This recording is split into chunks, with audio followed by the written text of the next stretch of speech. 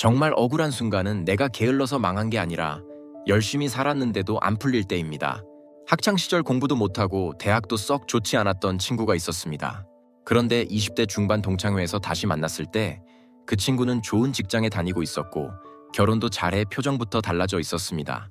반면 저는 좋은 대학을 나왔고 학창시절 내내 모범생 소리를 듣던 사람이었는데 현실은 중소기업 주 6일 근무에 빠듯한 월급이 전부였습니다. 더 허탈한 건 사회에 나오니 내가 그토록 붙잡고 살았던 성적표가 생각보다 인생을 오래 책임져 주지 않는다는 사실이었습니다. 그 순간 머리를 치는 질문이 하나 생깁니다. 나는 분명 더 성실하게 살았는데 왜 인생은 저 사람 쪽으로 더 쉽게 풀리는 걸까? 사람들은 이런 차이를 운, 머리, 팔자 같은 말로 쉽게 정리합니다. 그런데 결과가 갈리는 진짜 이유를 들여다보면 꼭 그렇지만은 않습니다.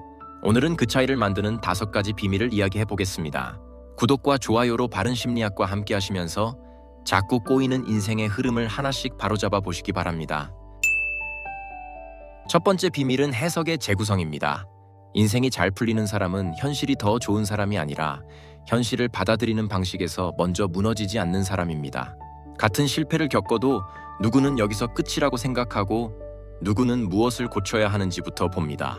이 차이가 시간이 지나면 인생의 방향을 갈라놓습니다. 실제로 호텔에서 20년 넘게 일하던 45세 한 분이 있었습니다.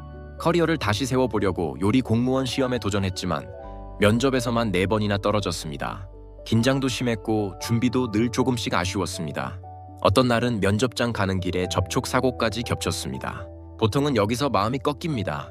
나는 안 되는구나 하며 인생 전체를 부정해버리기 쉽습니다. 그런데 그분은 다르게 움직였습니다. 떨어진 사실에 매달리지 않고 왜 떨어졌는지를 붙잡았습니다.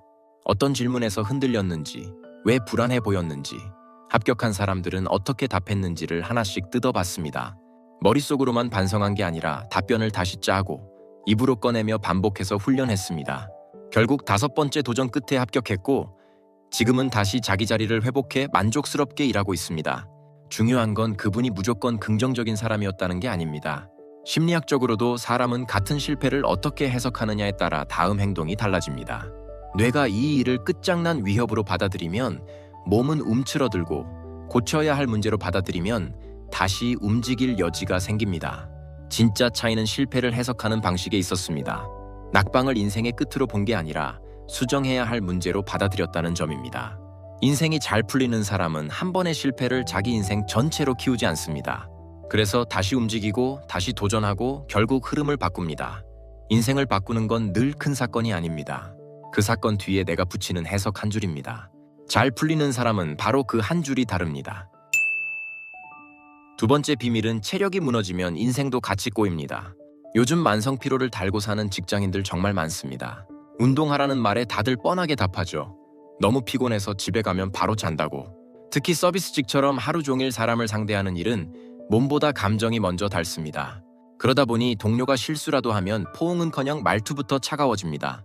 원래 못된 사람이어서가 아니라 버틸 힘이 없으니 작은 자극에도 날이 서는 겁니다.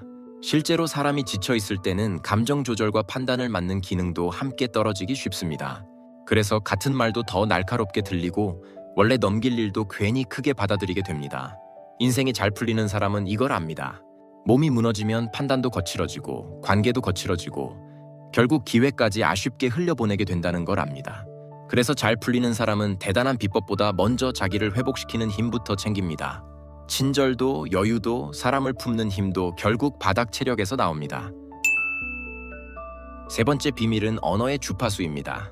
실력은 첫인상을 결정하지만 말투는 그 사람의 평판을 완성합니다. 인생이 잘 풀리는 사람은 말 한마디로 공들여 쌓은 인연을 허물지 않습니다. 예를 들어 신입 후임이 같은 실수를 또 했다고 해보겠습니다. 그때 어떤 선임은 하루 종일 그것만 하냐, 또 틀렸잖아 하며 사람부터 눌러버립니다. 당장은 속이 시원할지 몰라도 상대의 기억에는 해결책보다 모욕감이 더 깊게 박히기 때문입니다. 나중에 그 후배가 성장했을 때 당신은 실력 있는 선배가 아닌 상처 준 사람으로만 기억될 것입니다. 운을 부르는 사람은 지적할 때조차 문제와 사람을 철저히 분리합니다. 단호하되 모욕적이지 않게 본질을 짚되 자존감은 지켜주는 화법을 구사합니다. 사람을 살리는 언어는 결국 더 큰 기회와 인연을 자신에게 다시 불러 모읍니다. 네 번째 비밀은 인연의 밀도입니다. 인생이 잘 풀리는 사람은 아무 관계나 오래 끌고 가지 않습니다.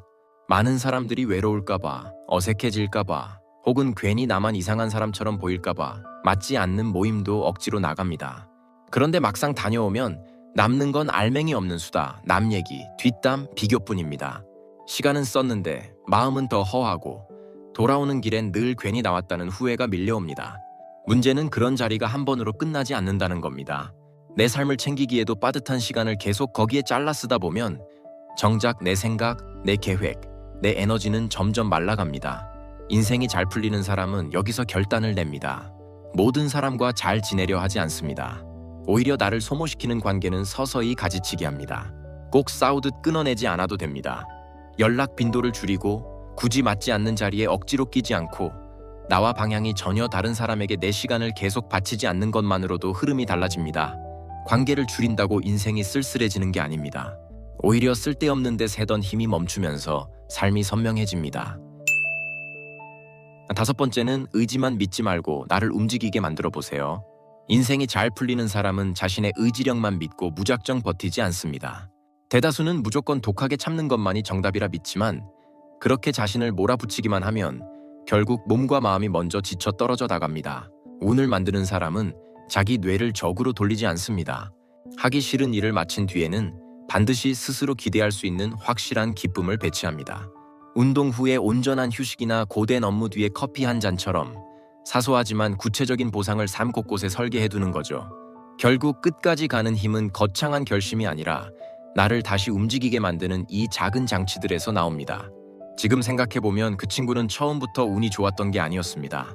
시험 결과가 안 좋아도 스스로를 쉽게 깎아내리지 않았고 말을 기분 좋게 해서 사람이 붙었고 잘 웃으며 기회를 편하게 만들 줄 아는 사람이었습니다.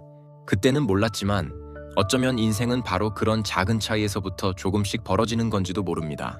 결국 인생이 잘 풀리는 사람은 운이 좋아서 앞서가는 사람이 아닙니다. 자기 삶이 어디에서 자주 꼬이는지를 남들보다 빨리 알아차리고 그 지점을 일찍 관리하는 사람입니다. 실패 앞에서 해석부터 무너지지 않고 지쳤다고 체력을 방치하지 않습니다. 순간의 감정으로 말을 쏟아내 사람을 잃지 않고 아무 인연이나 품느라 삶을 새게 두지 않고 의지만 믿은 채 자신을 몰아붙이지도 않습니다. 인생의 흐름은 생각보다 거창한 능력에서 갈리지 않습니다. 매일 반복되는 심리 습관에서 갈립니다. 사소해 보여도 그 사소한 차이가 몇 달 뒤를 바꾸고 몇 년 뒤에는 완전히 다른 삶의 방향을 만들어냅니다. 그래서 지금 한번 조용히 스스로에게 물어보셨으면 좋겠습니다.